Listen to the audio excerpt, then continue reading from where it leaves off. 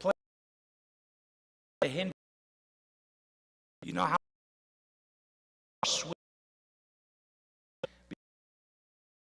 thousands of people, even off the wigs and of where women I up into that 50 years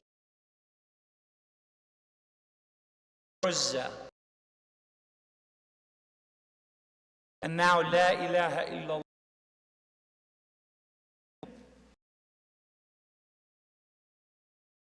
Fortune what's to their influence Mecca. The view that those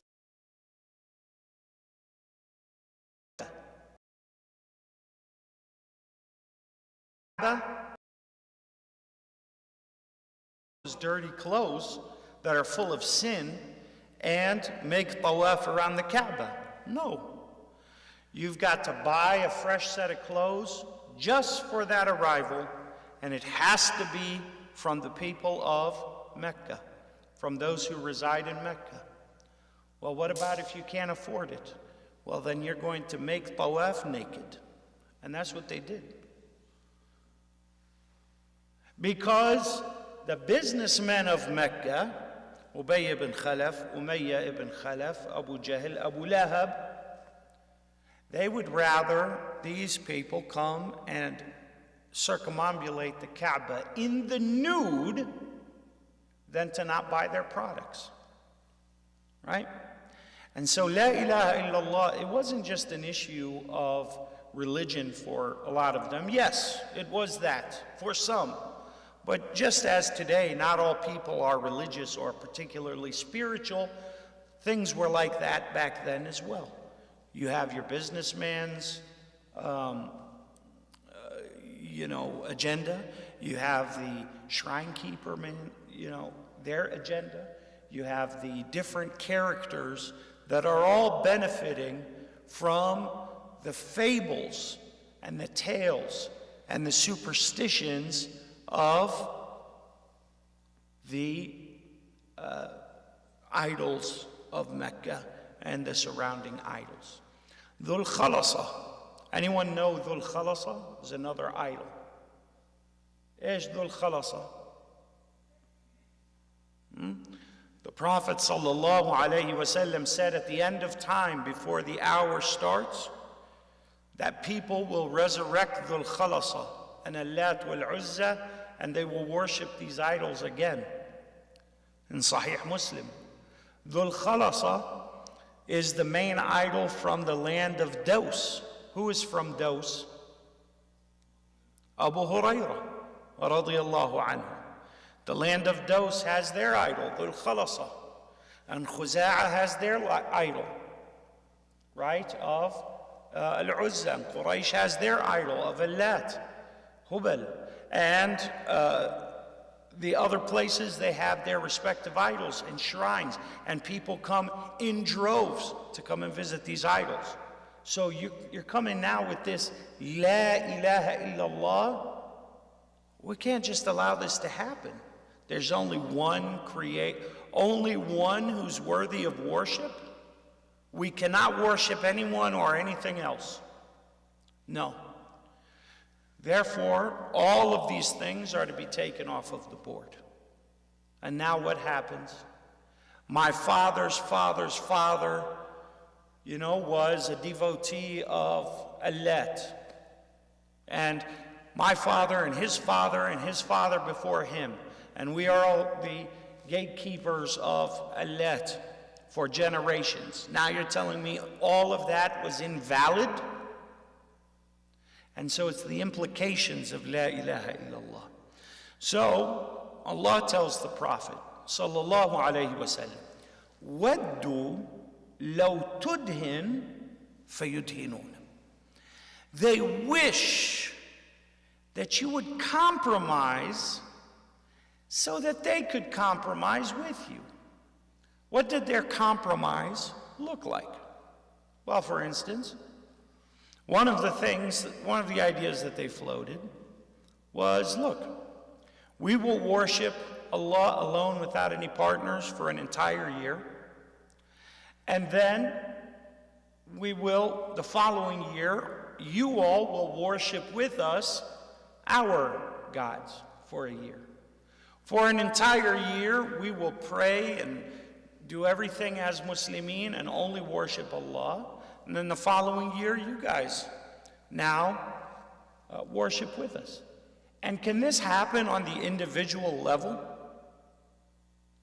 Like one person, you or me, in our work, in our job, can this happen with, with people where this verse would apply?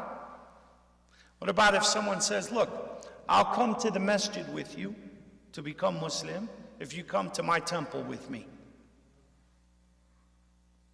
This is not outlandish. I would wager that maybe more than half of us here have had such an offer made to them. A coworker, a neighbor, right? Come to church mass with me on Sunday, and I'll go to Friday prayer with you. Come with me on Friday, and I'll come with you on Friday, and you come with me on Sunday, right? Celebrate Christmas with us, and we'll celebrate Eid with you. You're in your work. We can have an Eid party, and we can have a Christmas party. Balance it out, right? وَدُّوا لَوْ تُدْهِنُوا فَيُدْهِنُونَ. Now, if you accept offers like this, what happens? What happens when a person accepts such offers? Now, these offers were made to the Prophet ﷺ in various ways, but they can still be made to us today individually. And we have to figure out each one of these verses, how they apply to us today. Now, when you accept such offers, when you do such things, what happens? What is the result? For us, we may have good intentions. Our intention may be, I'm trying to, تأليفاً لقلوبهم, I'm trying to, bring them to Islam and invite them to Islam and so on and so forth. But what happens? What happens when we give and take in this way? We give and take in holiday celebration. We give and take in worship. We give and take in. It cheapens what we have. You lose your credibility. Very good, correct. That's exactly what happens. Because what do? You take the Quran and you place it right on the shelf next to all the other books. It's one of many books, right? That's the kind of Islam that our colonizers want. Those who have colonized our minds, they want that kind of Islam. The kind of Islam where we have the red dots right next to the hijab, right next to the thobe, right next to the Hare Krishna garb, right next to the... We want to have a place where we have one big parking lot, and you've got a mosque, a church, a synagogue, a temple, all in the same place like a strip mall, okay? And we all visit with each other, and we all do this is what we want. وَدُّوا لَوْ تُدْهِنُوا فَيُدْهِنُونَ. So that you will take Islam and make it just one more opinion amongst the other opinions. One more of the many paths that lead to Rome. But listen to how strict our prophet was in adhering to this verse. وَدُّوا لَوْ تُدْهِنُوا فَيُدْهِنُونَ. The Prophet sallallahu alaihi wasallam in Jami' al-Tirmidhi was once asked that a man had vowed to slaughter a camel in an area called Buwana. Buwana was just a place in the outskirts of Mecca. And if you could imagine with me, Mecca is kind of like a county, okay? And within it, there are different areas, right? There's different townships or villages, just like today. They have different names. Buwana is a place on the outskirts of Mecca. And this man had vowed to Allah to slaughter a camel in that area called Buwana. Now, a person's antennae should go up when they hear such a vow. Why? Why Buwana? Why there specifically? Why there? Why do you vow to slaughter there specifically? Why not just anywhere in Mecca? Why not just, I vow to slaughter a camel for Allah? Why does it have to be in Buwana, or Muzdalifah, or Mina, or Hudaybiyah? Why Buwana specifically? And so, he told the Prophet sallallahu alaihi wasallam that he had made this vow in Jahiliyyah, should he fulfill this vow. And so the Prophet sallallahu alaihi wasallam asked him two questions. He said, هل يذبح فيه لغير الله? He said, is that a place where idolaters go to slaughter for other than Allah, for their idols? Is that why you chose Buwana? He said, no. He said, فَهَلْ كَانَ فِيهِ عِيدٌ لِلْمُشْرِكِينَ? He said, is that an area that the mushrikeen go to visit or celebrate there? He said, no. Meaning it has no religious significance to the idolaters. And so he said, أوفي بنذرك. In that case, fulfill your vow.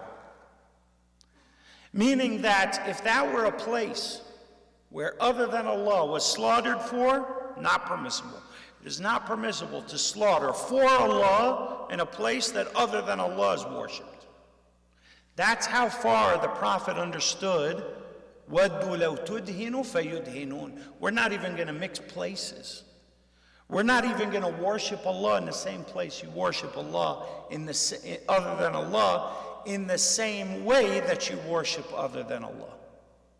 A person may say, well, didn't they used to pray to their idols in the Kaaba? And the Prophet used to pray at the Kaaba, even when the idols were there. We say, yes, but the salah of the Muslimin is different than the salah of the mushrikeen to their idols. You would not confuse the two. But slaughtering looks to be the same, right? And that, in the future, generations forward, will merge the two religions. And we are not the same. We will not even be confused for a moment by an onlooker. This is how our Prophet understood these verses.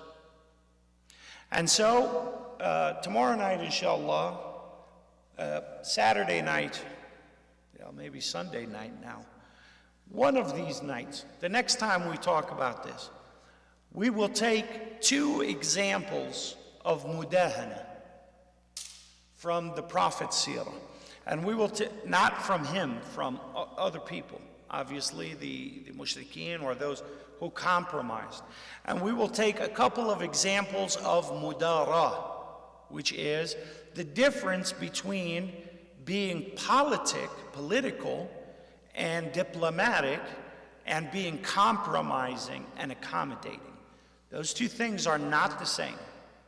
And we will take, inshallah, examples from both so that both are clear in our minds.